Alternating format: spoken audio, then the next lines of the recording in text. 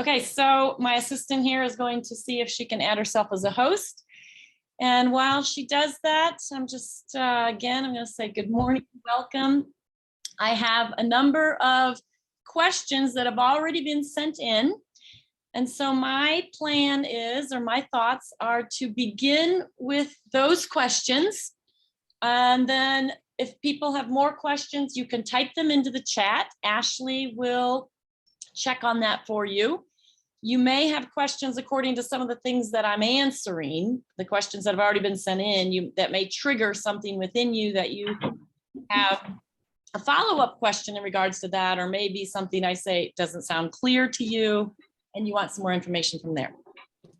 But to begin, before we even go to the questions, I'm going to begin with my intention, and my intention is to provide valuable and enlightening information for you along the world of myofascial release. Hopefully that in turn will facilitate transformation within you. And I believe that all transformation starts with the self. And then if you are a therapist who are asking for questions in regards to some of your patients, hopefully then that will also transfer onto your patients and the transformation will occur with all of you there. I really want to help create a connection with all of us in this community, myofascial community. And so I'm going to begin with just a real brief, short tuning in process, centering process. Centering is the keystone to myofascial release. And so we're just going to bring a little more connection to ourselves, and then hopefully through this web, feel ourselves connected, the fascial web, the internet web, and have a nice little group meeting here. So I'm going to ask all of you to begin by just taking a nice deep breath. You might want to close your eyes and start to notice your own body. Notice what parts of your body expand when you take a breath, and what parts of your body perhaps feel a little bit tight or tense and aren't able to respond when you take that breath. They aren't able to receive your breath.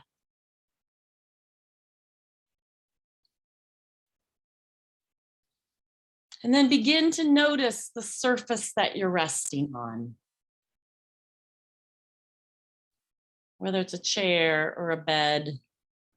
And just start to feel your body.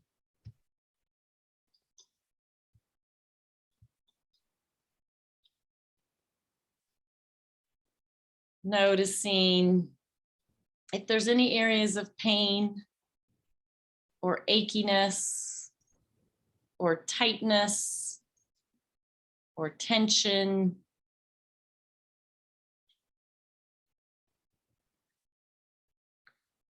And saying hello to those places, just acknowledging them, saying hello. I think that most people spend an awful lot of time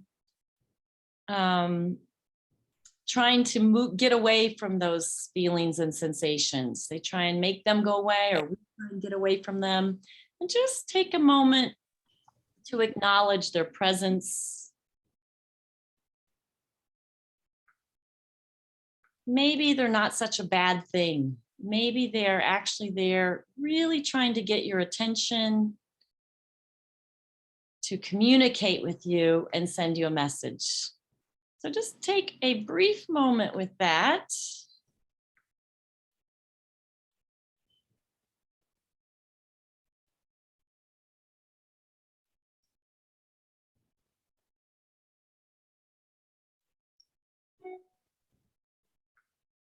And then I invite you either apply these next guidings to either that particular place or places that you have tuned into, Or perhaps you want to just generally take your heart space and see if we can deepen the connection in with the heart. And we're simply going to notice the space around our heart.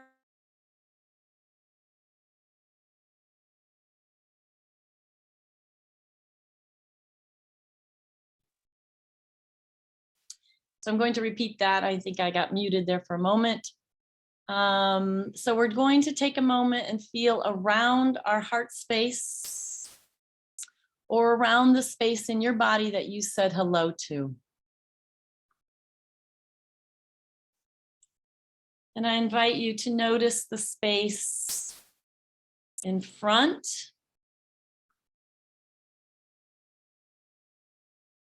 the space behind,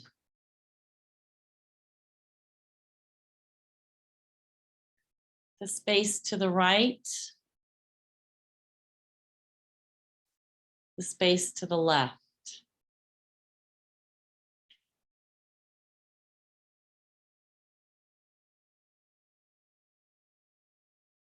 Notice the space above and the space below. Notice all around, all sides, but in a round way. Notice the roundness around this space.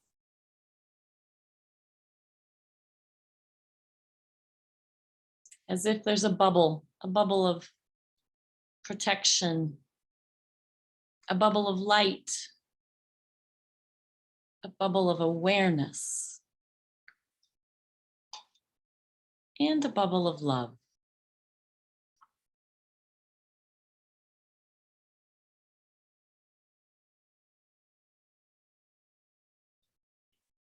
And with the bubble of love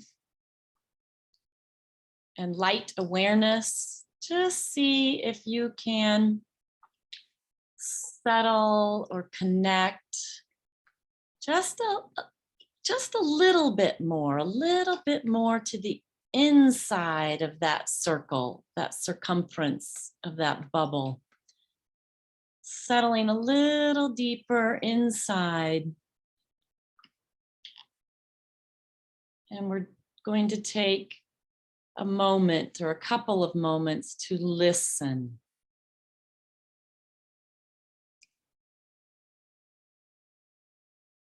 Listen to your sensations. Listen to your emotions.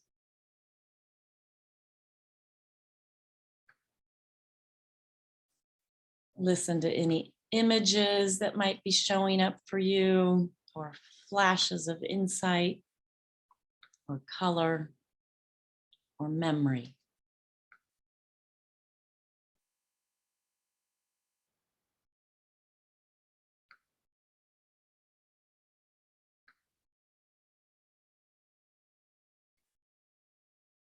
And ask if there's anything that place most wants you to know about itself. What might that be?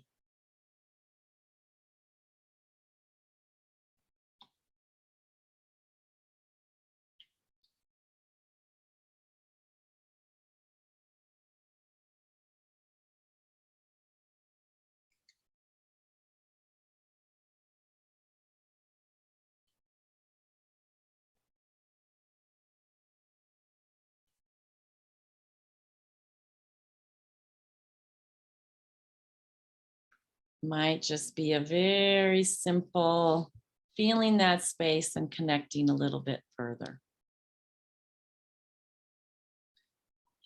You have them up? You have them all up right there? Okay. Okay, and then take another nice deep breath.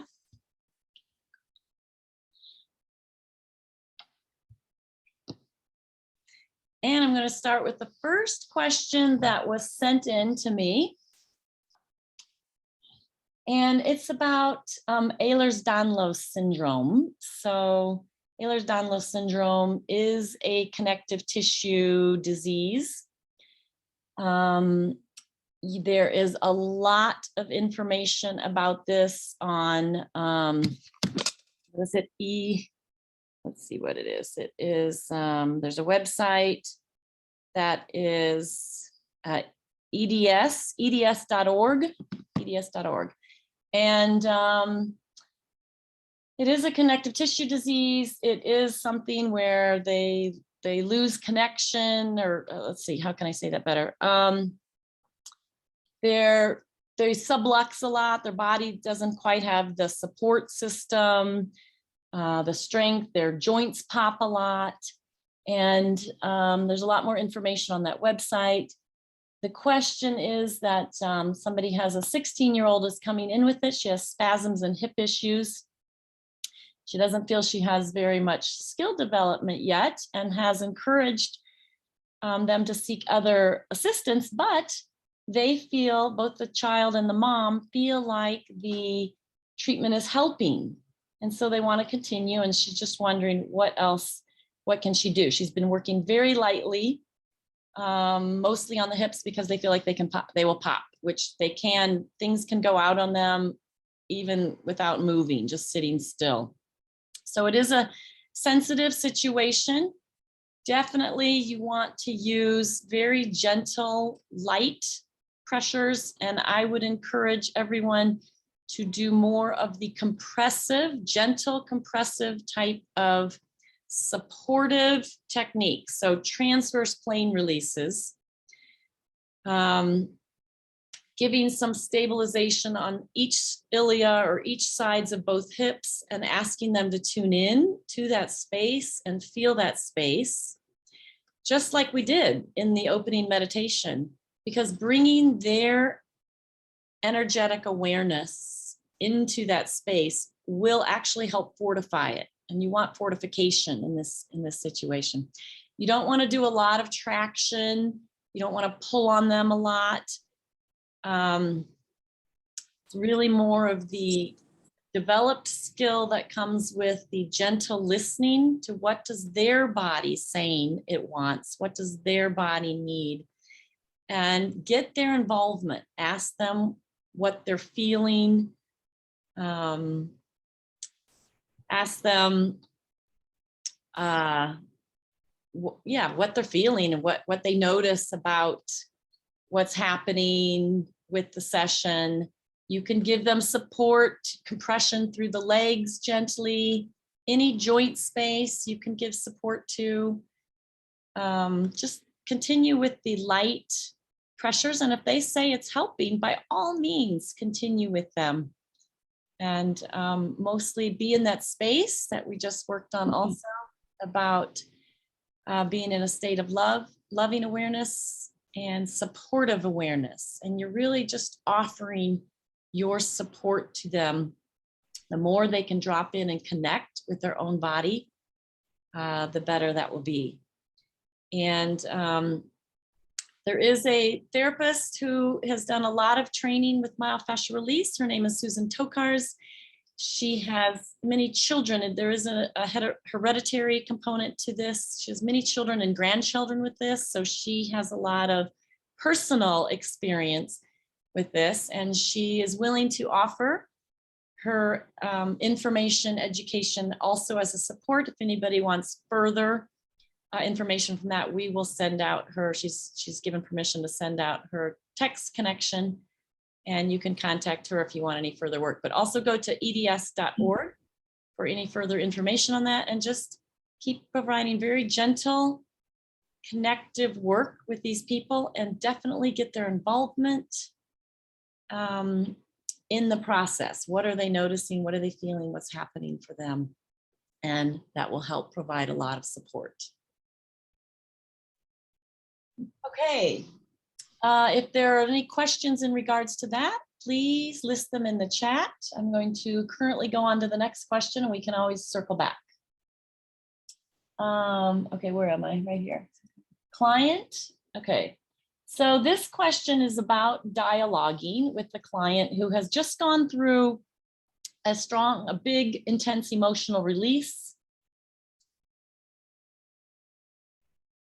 Oh, no. Okay, wait, let me go down. There was one of them back there, but on that, I'll come back to that one. Where do you see that one? All right, well, let me just reread this one. Okay, that one I'll come to later. This one is, the client says something like, if I let go, and she's speaking from a moment of vulnerability, if I let go, I will fall apart. There's an emotion there. There's the possibility of shift. And this therapist says that usually her comment back is, what would it feel like to fall apart? Which is a beautiful question. That's actually a beautiful question, and I encourage that. And the client's response is, no way will I allow that. And then she feels like the moment passes. And so she's wanting to know, what else can she do in that moment to take advantage of this vulnerability of the person starting to consider opening up. So I would simply just start a dialogue with them as to that no way part. Like, what is it that you're most concerned will happen? And just see if they have any response to that. If it's just a total fear space, or if they have some kind of an idea of what they feel might start to show up for them.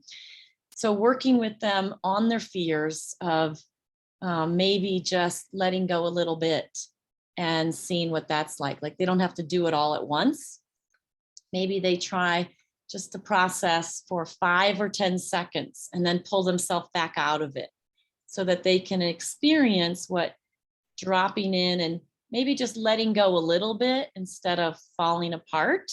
Start with just letting go a little bit and practice letting go and then pulling back out of it. Letting go, pulling back out of it, so that they start to develop a sense of having some control with that. Now, myofascial release, we talk a lot about letting go of control. So why am I encouraging them to take control of that process? And it's because there's too much fear around letting go of control. So I want to start to bring in the sense that they have enough resource inside of themselves that they can put the brakes on, or they can put the control back whenever as needed. But it's like, if they just start to experience a little bit, then they may be able to feel like it's safe enough for them to continue to let go, continue the process of letting go. Also,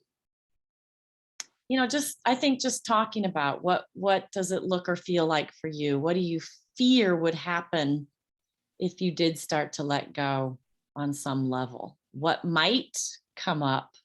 Or just talking about it at first may be the little window to keep working your way into that. And I think also it's invaluable and important to acknowledge, I'm going to be here with you. I'm going to provide that support. Yeah, and then you'll have to take it from there according to how they answer that, what comes up for them. Okay, so there might be a further question about that. I can identify with that client. Yeah, sometimes the fear is so great, imagining going through it to the other side is not possible, not in the realm of consciousness. And then that manifests in physical pain and discomfort. So true. And I can remember back in my earlier days of thinking about letting go. I wasn't sure what kind of a can of worms would open up for me that I wasn't aware of, and I maybe didn't want to become aware of. I also had an amazing amount of fears that, well, I'm going to go crazy. I'm going to go over the other side and go crazy, and I'm never going to be able to come back. And since I've learned that when we let go and let ourselves go a little crazy, it's super rewarding, and it brings us back to even deeper sanity. Or I like to encourage people that once you've gone to the crazy side, you no longer have a fear of going crazy. So you don't have to worry about that anymore. But that's only if they're in a space where you can actually be bring a little humor into the situation. But if it's intensely emotional, I'm just going to stay right there with them in that kind of almost holding breath space, but stay calm within myself and just start to talk to them. And I will also give them the space to not need to go there right now. So pulling back on pushing anybody to be there, but to open that doorway or pathway and perhaps just put out the suggestion. Let's just talk about it a little bit now. And maybe with a little more body work, a little more sessions, your body will start to feel the resource within you. And you'll feel like it's not as big a deal. You'll feel safer to do that. But we're just going to wait until you and your body feel ready and give those signals. And there will be no push whatsoever for that. We're just going to continue to work gently. I think as you take that pressure off of them, they can relax and settle into it. And then maybe it won't be such a big ordeal. You know, for most of us, if we've gone through that, usually there's such a relief afterwards, such a relief. And frequently what people say is, oh, that actually wasn't as big a deal as I thought it was going to be. So it's just that anticipation about it. You know, it's the same really. I do a lot of internal pelvic floor work. I don't come at people right away with that unless they're specifically coming to see me for that. But oftentimes what I say is that the anticipation of having this done in a clinical setting and somebody going internally, such a vulnerable space and situation, the anticipation of it is oftentimes so much more threatening than the actual procedure. And what people say as with that also is afterwards, oh, that really wasn't such a big deal. I feel so much different right now. So it's just kind of taking that pressure off and honoring the gentleness and taking their time. We sometimes need to just take our time. Okay.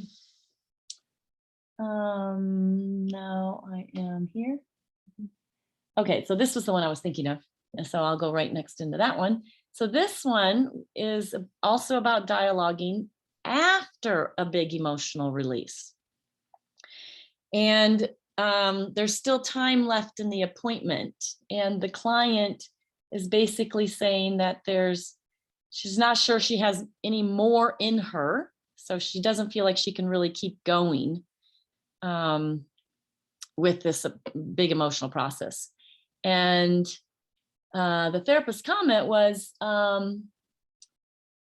yeah, she said she wanted to take the pressure off of her and acknowledge that she didn't need to make anything more happen, and wanted to know what my thoughts were on that. So absolutely, I think that is a perfect and beautiful answer to simply tell her perhaps there's no more that needs to happen right now. And let's just do, I mean, if she wants to quit and go, that is an option, right? That's an option. But I would strongly encourage them to do some integration work. And that would be the word I would probably use. Say, well, let's just do some gentle integration work. It will be very calming for your system. And there's nothing more for you to do. I just encourage you to allow yourself to receive. Yeah. Okay.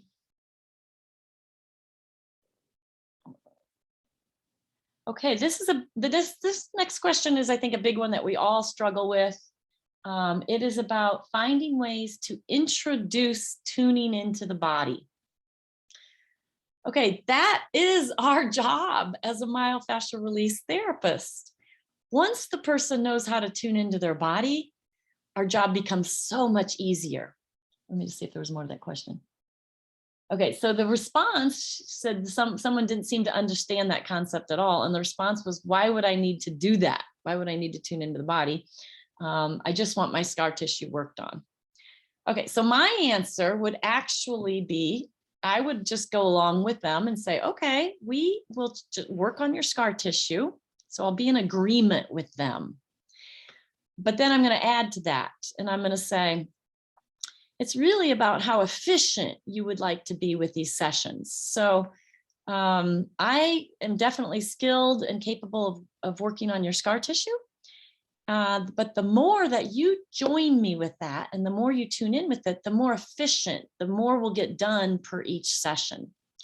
So if it's all up to me, it will just take maybe 3-4 times as many sessions as it would be if you join with me.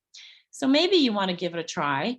And if they still say no, I doubt they would, but if they still say no, or just have a hard time doing it, don't know how to do it, maybe they need to keep chatting a little bit, I'll just chat with them a little bit also. I'm putting my fingers in their tissue. It sounds like it's scar tissue. So I'm putting my fingers or my hands into their scar tissue.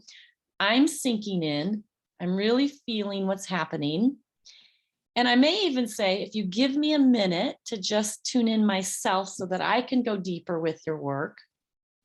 And then that may be enough to help them tune in, or I may just start having a conversation with them while I'm sinking in. Sometimes we need to do a verbal unwinding. We need to just, the person we're working with needs to, or if I'm on the table receiving, you just need to talk a little bit and chat it out. It does become an issue if it seems like it's always the pattern, and then it sounds like you've addressed it. I would address it and just say the work can be more powerful and we can go deeper if you would also try tuning in a little bit. And then you could maybe make a game out of it. So maybe you say, just kind of feel yourself talking to me and notice you're up in your head and we're carrying on a conversation, and just kind of feel what that's like. And then I would probably use a little more pressure. I would lean into it a little more, and I would use a little bit of a rebounding. Trying to get a little bit, let's see, a little bit more of a there we go. Rebounding pressure, or maybe just kind of nudge in and out so that they are not just feeling the stillness, but they're feeling movement. That might help them be able to connect a little bit more if you're doing more stimulation techniques on them. Which leads me into a little bit of a comment I'm going to say about all of my work is not sitting still for 3 to 5 or 8 to 10 minutes on a spot of the body.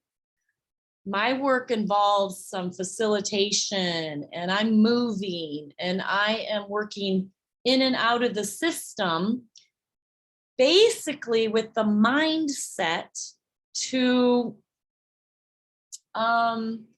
help them find their body, to help them find it. So, you know, rebounding is always great in these situations also, just to kind of get the body moving a little bit, get the person to start to feel their own body, back in touch with their own body. I might even do that. I might tap them a little bit, but I'm also going to, you know, work it a little bit. I'm going to start to massage or do some deep tissue or some, you know, maybe even stimulation, some joint compression on and off, and just I'm going to help bring their attention to their body. And that's going to be through a little more movement versus quieting down. Then it will bring me, as I see that maybe they're starting to feel it, I might verbally even say that, are you feeling this in here? Can you feel your hips move, or wherever I'm working with them? Can you feel your arm or your feet, whatever area I'm working on? Can you feel that part of your body? I may even ask them to do a little movement and get them moving. So see if you can, you know, move your own legs a little bit, and just to get the movement, get the energy, get the feeling self connecting with that. And then start to quiet down and do some of that. You might find that they go there more naturally if you give them a little stimulation or facilitation work first. So I hope that helps, and that's not more confusing to some of you that might be learning myofascial release. But feel free to continue to follow up and ask some further questions with that. What do I got to do? She has her hand up. Oh, so what do I do? Ask her what she wants. Where? Oh, right there. Yeah. Oh, okay. Rebecca. Hello, Rebecca. So you can unmute. Do I ask her to unmute Yeah. herself? Okay, so you can unmute and ask a question. Okay, can you hear me okay? Ian. So I have, and this may be like a whole workshop question, but the fine line working with PTSD and knowing when to not go there. When you have a client that feels extremely safe with you and wanting to release, wanting to like move through, but I mean, it just, there's such a scary thing for me. Not, well, maybe it is myself because it's so scary, but you know, I just recently had a friend with PTSD that none of us knew about, and she was going through all of these flashes and everything. And I mean, she committed suicide. So that's always been a thought in the back of my mind during taking somebody through these things. When do we know that we've got to stop? You know, if we are feeling the releasing and they are really into it, but I mean, how do we know? I don't. I just, that has always been such a fine line for me. And I know that my friend's case was extreme. But you know, Okay, so let me just say a few things about that first. So definitely, I'm sorry for you and your friend. I mean, it does happen, right? It happens, and we really don't know. We don't know, and it's really not our responsibility. It's really not. However, obviously, we want to be able to impact and do what we can in a situation like that in hopes of preventing something like that. But, you know, like you said, you didn't know, you can't know. If you don't know, you don't know. So you have to take a little bit of that pressure. We're not really responsible for somebody else's life unless we were directly trying to take it, then we are. However, I would say that in general, if you know that you're working with somebody in that situation, I would actually ask what is your, like, I would ask them directly, what do you feel is your sense of inner resources? And do you feel like you have thoughts of suicide? Or, you know, I ask them directly. And do you have somebody that you could call, or do you have a team, or have you started with any kind of counseling work? Because I mean, I have a patient right now who's like that. He says, all I could do was walk down the streets and look at the rear bumpers and see how I put myself in front of those car bumpers. So we did have that talk, but he brought it up to me. You know, it wasn't like I had the ability to know or not know in that situation. He's bringing it up to me. And so I'm addressing it then. But I think they need a team of resources if they're open to that, right? I mean, some people literally are not open to that. And then all we can do is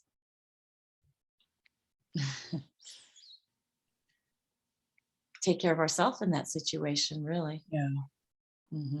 See what do you need? What do you need in that situation would be the question that I would, you know, ask yourself, because it is tragic. It's very tragic.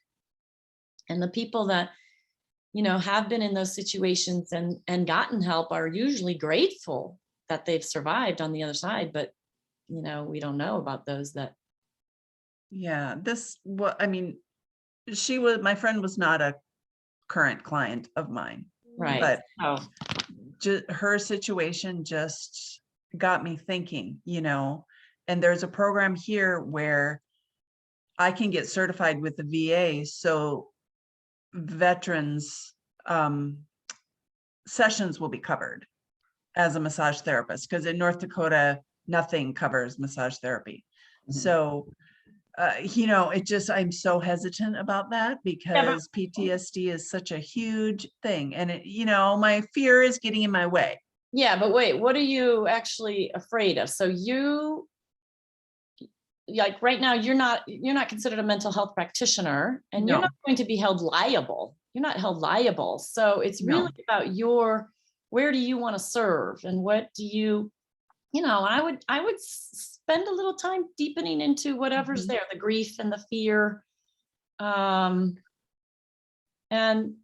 that may or may not be the clientele that you want to serve, right? So, Right. but if you want those resources for yourself, and in case there's a friend or family or client, then go for it. Like I wouldn't stop yourself from that. So There's another. but there is another. I want to follow this question. How do we know that a session won't be re-traumatizing? How do we yeah. Okay. How do we know that a session won't be re-traumatizing? That's always a big question. A lot of people think that when people are unwinding and reliving their old traumas, that there is an element that is re-traumatizing. And I think there's probably a lot we could say about that, but the number one big thing would be whether you're forcing the situation or whether the situation is coming up. I absolutely trust the person's own body wisdom to open when it's ready to open. Let me put it that way. And that's why forcing an opening or forcing somebody to look at a situation, I don't believe really works. Now, there might be some situations somebody could argue with me about that. So, of course, but in our treatment situations, I'm thinking of like interventions and stuff like that, where you're kind of really requiring somebody to show up and to look at something, but that's not what we do in the world of myofascial release. And so really trusting the body to open when it needs to open, and when the releases or the progress, I'll say, aren't happening as fast as somebody would like them to happen, that's where developing patience comes in, and maybe even sharing, well, there's a readiness principle to this work. And we tend to trust that the body is ready when the body is ready. And maybe it's just encouraging and acknowledging that. And oftentimes I think knowing that can relax us into allowing the opening to show up. So as long as it's releasing and coming out of us, it's a letting go. I don't believe it's a re-traumatizing. I might need more specifics to answer that in greater details, but that's how I'm going to approach it now. And I want to keep going into some of the other questions. And then again, as time allows, I'm happy to go back to a little deeper as there's more questions that are being facilitated. Okay, so where am I? Down here. I'm down here. Okay, I could probably go back to that tuning in a little bit too, but we'll come back to that if there's time. What are some techniques that I could recommend other than finishing up with neck work to end a session to allow integration? That's the first one. I'm going to answer that. So frequently I'll end with neck and head work, some craniosacral holds, but I will end anywhere on the body. So in general, though, oftentimes I might just end with a stroking technique. So it's like I've finished doing the pull or the compression or the deep release work that I'm doing. And then I might just kind of do this kind of a thing down through their whole body and down through their legs. And it's just kind of a nice way to finish. It's kind of a nice signaling that I'm done, the session's over also. So if you're not also sure how to bring a session to closure, sometimes I'll just start doing that with their body. The other way though is to come down to their legs. You can just hold their feet, kind of grounds them back into their body. You might hold their feet and do a gentle traction, or you might dorsiflex their feet and do a gentle compression. But again, like it can be anywhere. You could just put your hands on either side of their ilia for a little pelvic compression. Doesn't have to be a whole technique. You're just putting your hands there. Then I naturally just kind of, if I would put my hands there, I would probably just brush stroke down their legs. I'll do it on top of the sheet if they're under a sheet. Kind of another way to signal the ending of a session. Or again, just holding at their feet kind of brings them back down to their body. Sometimes though, I sit them up or stand them, and then I do just a gentle kind of connect them, especially if they have some blood pressure issues or they get a little woozy or dizzy when they sit up after a session. I might stop a few minutes early and sit up and then just support them. I just have my hands on them and I'm supporting them in the sitting or standing. Again, kind of maybe giving them a little approximation at the ilia or the hips, and then a little approximation toward the ground. So I'm just bringing my hands in, bringing it down, and just so that they're feeling now their feet on the ground in this upright position as they're ready to walk out the door. And on a side note with that, like I had a patient who really connected the other day, and she got up and she got dressed and she had another appointment to go to. So she was really kind of almost like running out the door. And she went back into, like, I could just see it in her body. She went right up into her head and she started walking with her head way in front of her body. And we were working on some pelvic work. And so I just commented and I said, be sure to take your pelvis with you as you go.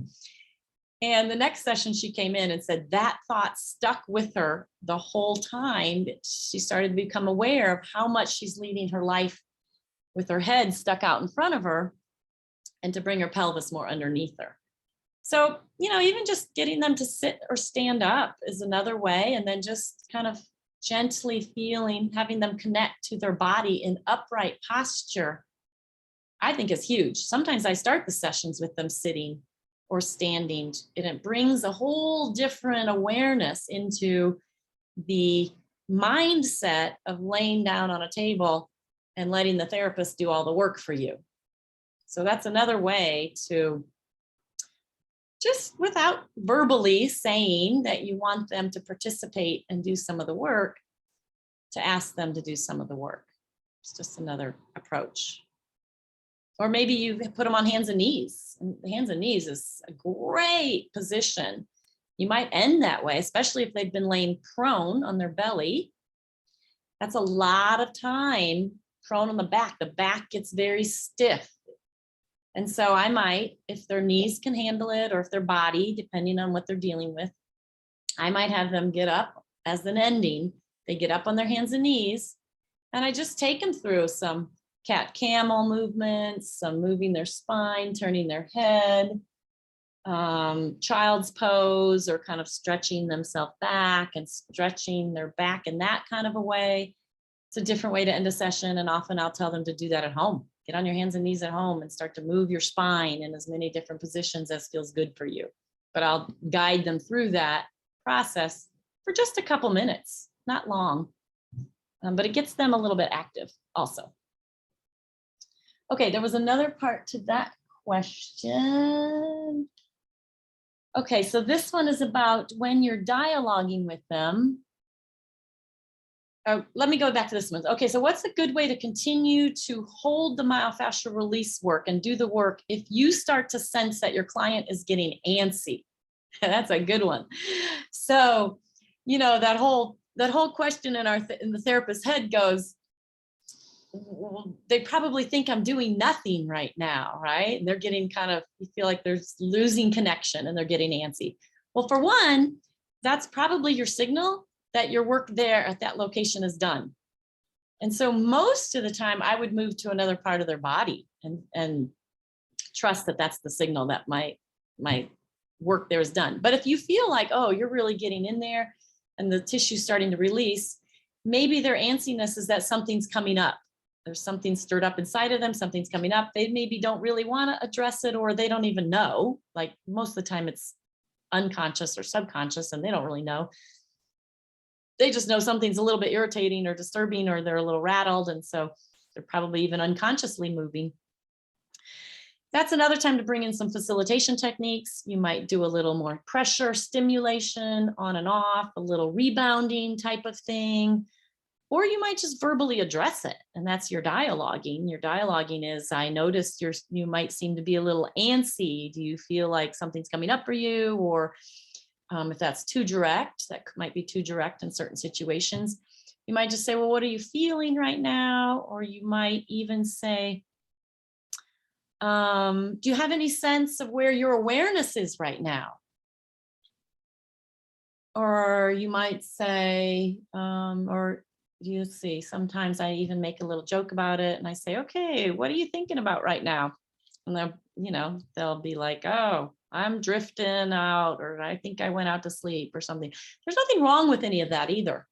Like, it's okay if they fall asleep and drop off to sleep, or it's okay if they drift off a little bit. Sometimes we need to go away a little bit in order to allow our body to release. Sometimes our mind needs to drift into a story. Maybe that brings us to an old memory, or etc. And then the other part of that question was, once you start dialoguing with them, how do you come back to the physical work in their body? So that's a situational question, because most of my dialoguing is with my hands still on their body doing myofascial release work. And I'm asking them questions about what they're feeling happening in their body, or maybe they're moving and unwinding. And so there's a comment or a question I'll make according to what's showing up. But there are times that, the first session, people like to, especially the first session, but other times people like to just share a little bit. And so your work is, when they enter the room, your work is not just when they get on the table and your hands are on them. Getting their feedback about what's happening in their life is hugely valuable and will help facilitate any hands-on work that you do with them. So, if you've kind of stopped doing the work because there's some dialoguing interaction, then I guess you would go back to the work at a time that feels appropriate. Unless you're finishing up, then you wouldn't need to. But if it felt appropriate to go back, the question might be, where in your body are you feeling some connection to whatever the topic of conversation is? Or where in your body do you feel like it's asking for some attention?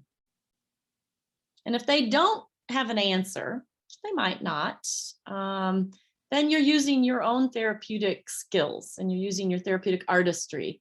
And you just have a sense of where you feel you might want to work with them. Doesn't matter if it's right or wrong. There is no right or wrong. There is no right or wrong. And so there might be more effective and less effective, more efficient and less efficient. But if you start working on a place and it feels like it's dead zone and there's nothing happening, then you just move your hands to another place on your body and keep it simple. That's my encouragement. Okay. What are the benefits? Okay, what are the benefits of receiving regular myofascial release work? And how to talk to your patients and clients about receiving regular work. Okay, well, there are huge benefits to receiving regular work. I think that in general, we're healthier. There's more oxygen and energy flowing through our body. There's a greater sense of connection to our body, so our body can work better that way.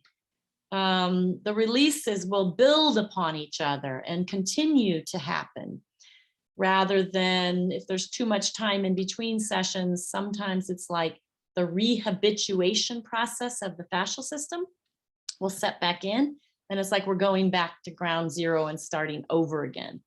Or if you have them more regularly, it's like an accumulation process, and the progress will be greater. Yeah, otherwise I would say the body habituates back and back into the holding patterns. And so in this way, we can go deeper into those holding patterns and actually get to the root or the source and help to release that process. I mean, it helps overall health. Your immune system will strengthen, and we all need that in these days.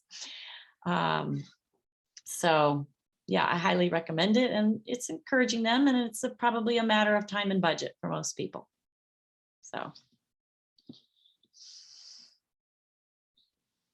point to where I am.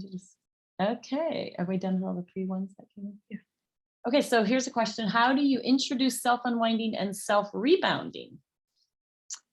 And it might be over a week-long intensive or just a regular patient coming every now and then.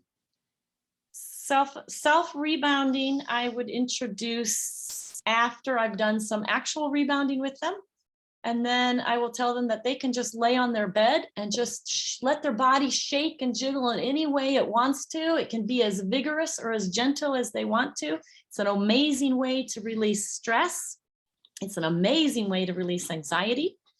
And they can also do it in standing, which we call jiggling, and just do it with them. I will show them and do it with them and tell them it's just so good for all of your holding patterns and your joint spaces and your ability to take bigger breaths and for your oxygen to flow through your body, all of those kinds of things.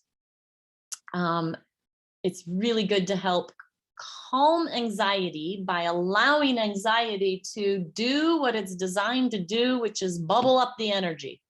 Bubble up the energy. So you've got to move the anxiety in some way. Dancing is another great way. You know, maybe even a little bit of sparring, boxing the air can be something, and it can become something maybe a little more fun. Put on some music to it. Let your body move to it.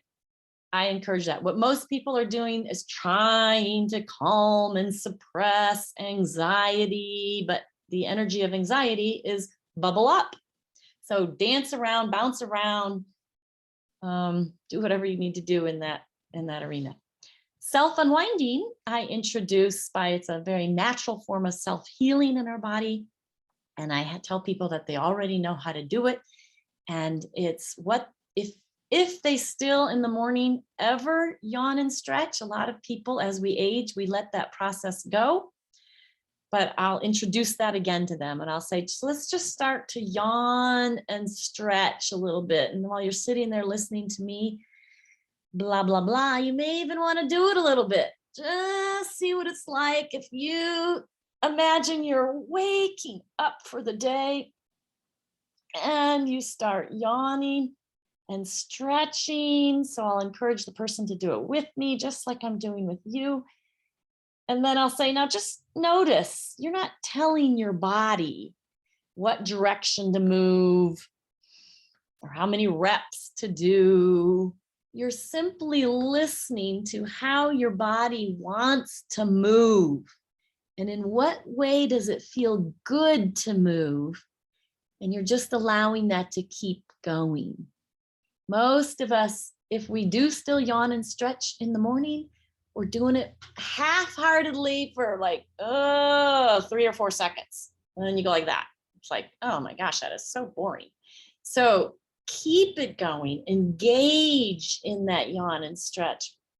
Let yourself fill up some of those spaces a little bit more. Slow it down, but also lengthen the time is what I mean. So I tell people, just try going for 1 or 2 minutes and see. Now, 1 or 2 minutes is not very long. It is not very long, but if you're doing it with them in that moment to introduce it to them, you watch at about 10 to 20 seconds, they're going to start like dropping. They're going to start trying to make it move. They go right into their head thinking about how to move.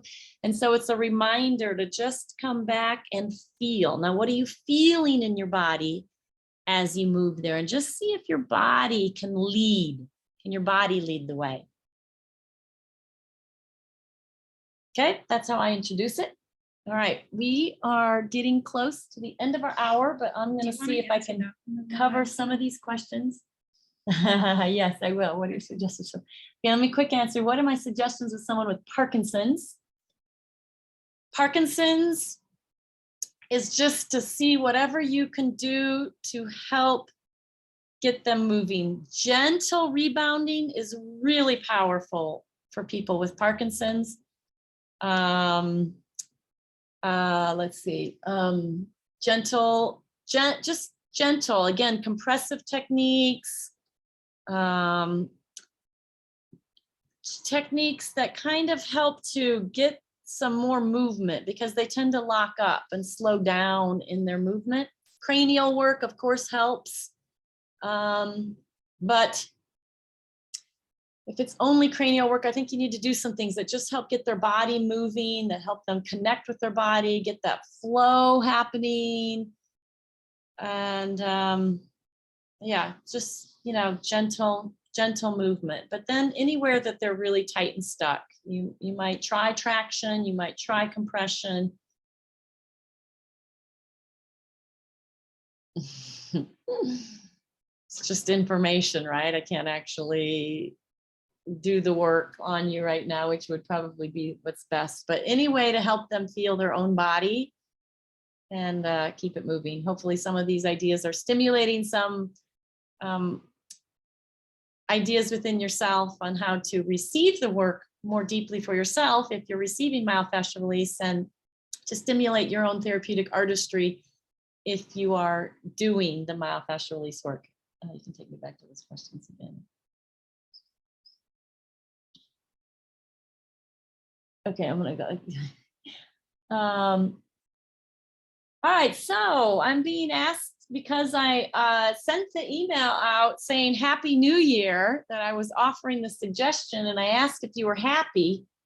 I'm asking for the definition of being happy. So I think the definition of being happy is individualized, and it's up for each person to tune in and answer that question. Am I happy? And what does that mean to me to be happy? One of the simplest answers is, how easy is it to allow a smile to come to your face? And how easy is it to allow laughter to flow? That would be one of the ways. But, we can be happy in life and still have emotions of fear and emotions of anger and emotions of sadness and grief. Those are designed to flow in and out of our life. It's if we're constantly living in any of those segments that it probably puts a suppression on our ability to allow happiness. But happiness is giving yourself permission to find the laughter or the humor, even within our own or others' tragedies. Okay, then there was one more about TMJ. So I'm going to ask that question back to all of you. What do you feel for yourself is happiness? What MFR techniques, if any, can be used to relieve TMJ? It's been better than clicking my right jaw and wonder if I can self-treat. Okay, yes, absolutely. Parkinson's persists, tense neck that will not let go. Just okay. Okay, I'm gonna go back to the Parkinson's for a moment, because there's an add-on question, and then I'll go answer the TMJ. Even though it's getting close to 11, I'm gonna go after a few minutes. And if you need to go, this is being recorded, and we will send out the recording or link to the recording. If you want to forward to the end, that's fine also. And I'll just say thank you to all of you for being with me and asking the questions. Rebecca suggested that there's another whole workshop. I will continue to do these. Maybe last year, I think I said I might do them once a month, and it's been a whole year. It took me a whole year to get back. I will continue to do them if you find they're valuable. So you can please let me know if you find they're valuable. And if you have suggestions for workshops, I'm open. I do have workshops going on this year, though, if you want to take a look at those as well. I would love to see you live as well. But back to the Parkinson's. It says this person says that there's a tense neck that will not let go. And so what do I suggest? Lifts, offer chair, table.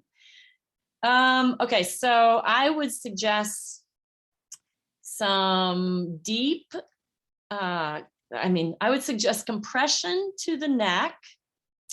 I would start very gentle and see if there's any connection, and then maybe go a little deeper. But what really comes to mind, deeper with my pressure is what I mean, see what they can handle.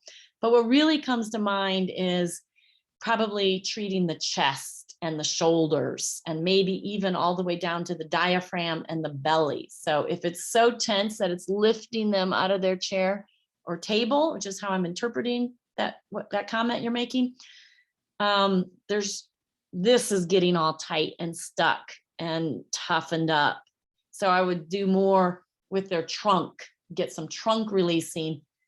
Their neck is probably trying to give them some form of stabilization. It's just my guess, though.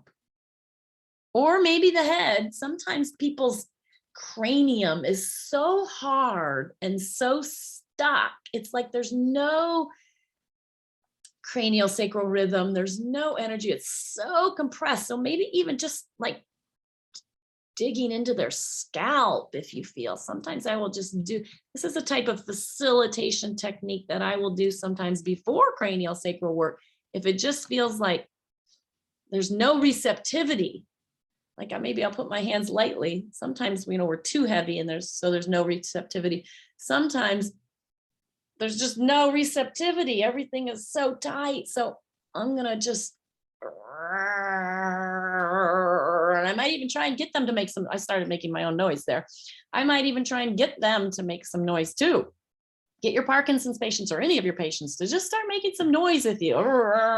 Sometimes that helps to break things up or get things moving a little bit. Noise is an internal vibration that does help facilitate the tissue inside of us. So, okay, back to TMJ. I will finish with the TMJ unless are you still typing more techniques for me? Okay, so yes, you can absolutely self-treat with TMJ. So I'm going to throw out a few things. First of all, TMJ is oftentimes a result of things happening below the body. So in the body below, the shoulders, the trunk, the pelvis is all torqued. The TMJ is trying to find balance. So it's just reacting. Could also be, though, like I just described, that really compression in the cranium, that it's also kind of taking it from above. So it's trying to balance. Usually it's below. So mostly, or not mostly, firstly, you can go under, so you can do anything in the body below, but more directly going under the mandible in through here and feeling where is it tight or dense or stuck or tender, where's it tender, and then just hanging out and sitting on that. That can help a lot. Where I'm at, I moved over. She has hamsters and they're wiggling in the background. We'll give a flash shot of the hamsters are the hamsters? Guinea pigs. Oh, they're guinea pigs. Sorry. We'll end with a little spot on the guinea pigs. I have a little restriction right in through there. So externally also just coming up right below that mandible. Let's see. How do I do this? I go like that. So I'm doing that on both sides. And just I'm sitting up and doing it, letting gravity do the work. It's easier to do this one on yourself sitting up than it is lying down because we have the assistance of gravity. Working around it this way. Also, the masseters underneath that zygoma and through this space can oftentimes get tight. Then we want to go in. You want to go inside of your mouth. So it's going to be hard for me to talk and demo at the same time. So you can imagine my fingers inside my mouth, back there in that little fossa, back in that little fossa. So just take your fingers on the outside of your teeth, head back towards the joint space, temporomandibular joint space, and just start to feel with your finger where in this whole area is there tension, tightness. Really, you're feeling for tenderness. Where is there tenderness? And just lightly sustain your finger on it. You'll start to feel, if you're sitting up doing it, you need a drool rag. You'll probably drool. So sometimes this is easier to do lying down. And just find those spots. It doesn't matter what structure you're on. You can be on anything inside of your mouth. And just find those spaces, sustain the pressure. When that starts to melt and release, just move and find the next one. Anywhere you can handle it gently, reaching inside of your mouth. I would start back towards the joint space and do both sides, right? Both sides, because the one that's hurting may not be the most restricted one. It's just the other one might be more restricted. And the one that's hurting, the muscles are overworking, trying to find balance. So your TMJ is always going to try and find balance. The other thing to do is you can go inside your palate. Go inside your palate and just do light pressure also, and listen, kind of listen. It's such a great way to also train ourselves on our own skills, is to apply them gently to ourselves. And even play with different pressures. You'll find out that, oh, the gentler pressure, where I'm not sure if I'm doing anything, actually facilitates more of a release. So maybe I don't have to use quite so much pressure when I'm working on somebody else. Might kind of help give you that impression. Okay, anybody else have a hand up real quick? Otherwise, I will say I'm over the hour. And I, again, thank you. I encourage you all to take a deep breath again, and really, there was a lot of information I kind of threw at you. And I really thank you for asking the questions. And just take a moment, maybe before you can end the session, but then before you get up and go do whatever you're doing, and just feel into your own body, and take a moment to practice gratitude. Be grateful. Even if you're in pain, just be grateful for something that feels good in your body. That's another way to bring about a little happiness, is some gratitude. So just give yourself permission to feel good inside of yourself. Laugh about something, if you can find that. Or let yourself cry or shake in fear. There's nothing shameful about any of that. And then there will be a more natural sense of gratitude that will probably begin bubbling up and emerging for you. So thank you very much. Many blessings to all of you. And yeah, allow the work to flow through you with those that you meet and greet. It doesn't have to be that you're actually doing the work, just whoever it is that you pass by. Allow a little flow. Okay. Lots of love. It's nice seeing a lot of faces, a lot of your faces. I like when you guys put your faces on. Thank you. Have a beautiful day.